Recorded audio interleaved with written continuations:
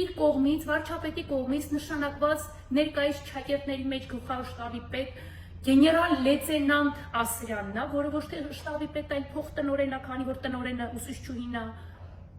Մյուսը դա գեներալ լեյտենանտ ստացավ Կիրանցը հանձնելու դիմաց։ Մյուսը գեներալ զինվորական կոչումներ ստացան, հերթով ասեմ, ներկայիս գլխավոր շտաբի պետ Երոյան Արտուրը,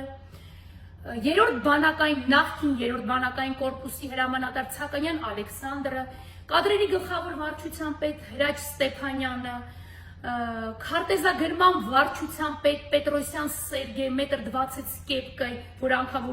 գեներալ լուսադիր տեսնի, չես է տարբերի, որ ինքը գեներալ լուսադիրներով է։ 25 թվականին ստացան 24-ի մայիսին նաև ստացավ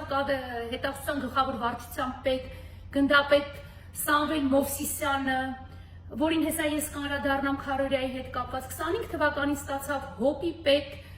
ծնունդով Մարդակերտից փախած գեներալ Մովսիսյան Գարիկը, ավիացիայի վարչության պետ Վարդանյանը եւ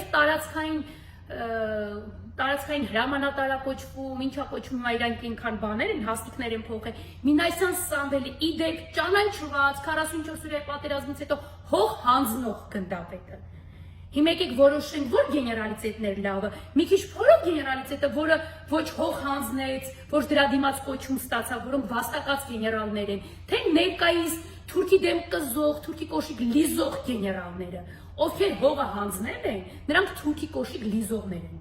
Երեք անգամ Քարորիայի 10-րդ տարելիցն էր, ոչ մի պատկան մարմին, իշխանավոր, կենտրոնական ապարատից, ոչ մեկ չբարեհաճեց իջնի գոնե ծաղիկ խոնարեն,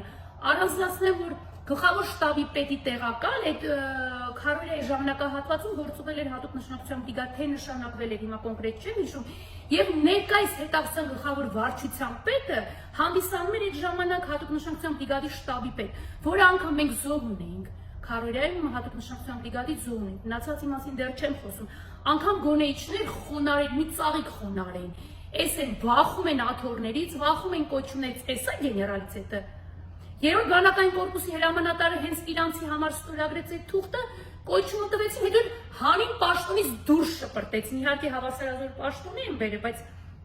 ինչ բանակային կորպուսի հրամանատար լինես, ինչ օպերատիվ վարչություն, չգիտեմ, հերթապա լինես, թե ինչ ունես, տարբեր բաներ են դա։ Իհարկե նույն գեներալский պաշտոնը, բայց կապ չունի, այսինքն զորքից քեզ արդեն անել են։ Իրենց են շուտով, երևի թե հերթով, կարգով կհանեն։ Փախածը, կրկնում եմ, վարչապետի կողմից նշանակված ծնունդով Ղարաբաղցի գեներալ լեյտենանտ Ասրյան Էդիկն է, ՊՆ-ի փոխտնօրեն։